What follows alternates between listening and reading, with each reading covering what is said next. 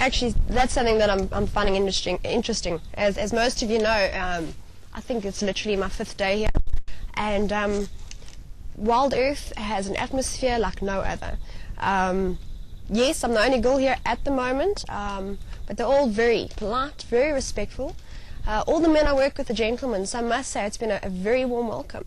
And one of those who's given me a really warm welcome is Rexon, my Shangaan friend, as we now calling him.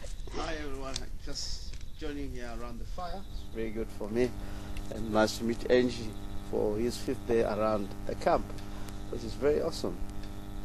Yeah, it's been good meeting you as well, Rexon, I must say.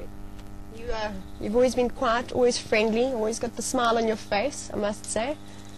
Yeah, it's how the Shangaan behave around the area.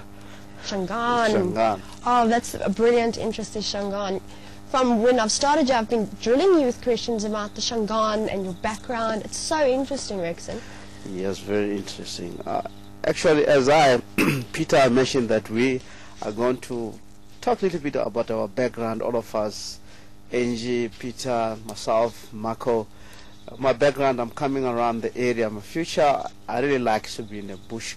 I'm born around here, more southeast of the area where we are called Bush Lodge. While I was still young and grew up around the area, playing around, climbing trees, eating tree gums, you know, taking care of cattle, goats. Started from there is actually how I know all of this information of trekking and doing all of stuff. Actually, I grow around in this environment. This is my home. As I said last week, although sound was not good, this is my class, this is my university degree, is where actually I learned a lot of my knowledge around in the area, Angie.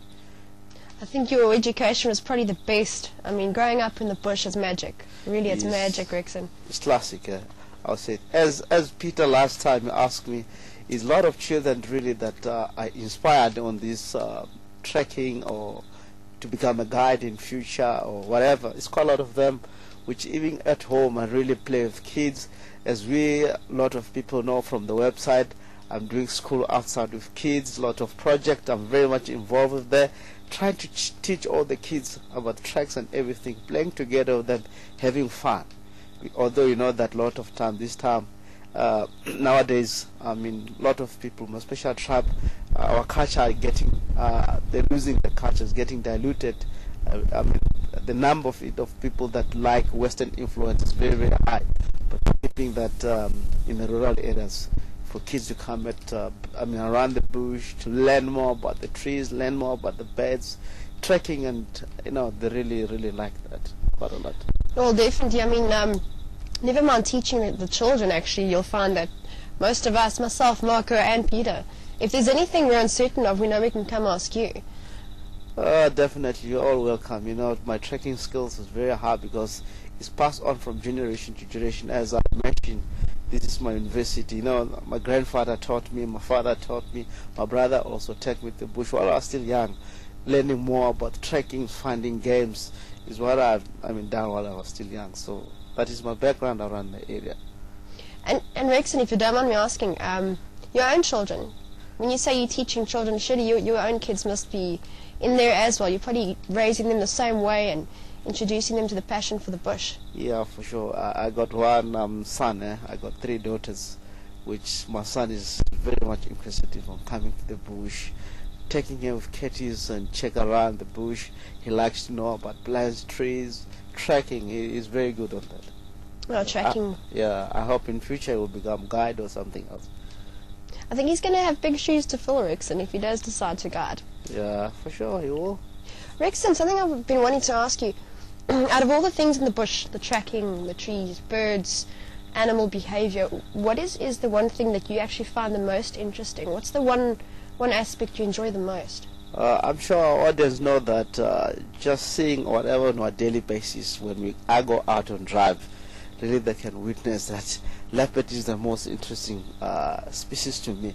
I like tracking leopard the most. To find leopard, I feel like, you know, if I really find the leopard, you can see screaming, you know, you can see, I mean, my participation if I find something, and the way I react in front of camera, you can really see that I'm a lot more happy. You know, sometimes, you driving around without seeing animals is not bad for me. I'm very happy to be around in this environment, seeing birds, trees, but I appreciate more if I can see a leopard and the birds and the tree and a little shrub around there. I feel like more happy.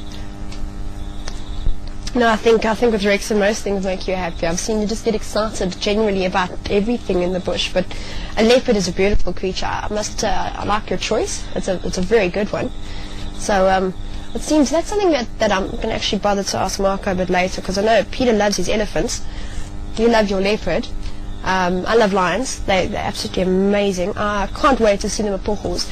And Rexon, that's something I'm going to be asking you. I'm going to bother you until you show me those Mapochos. Myself and the viewers, I know we're going to love it. Definitely by my instinct, because I've been around the area.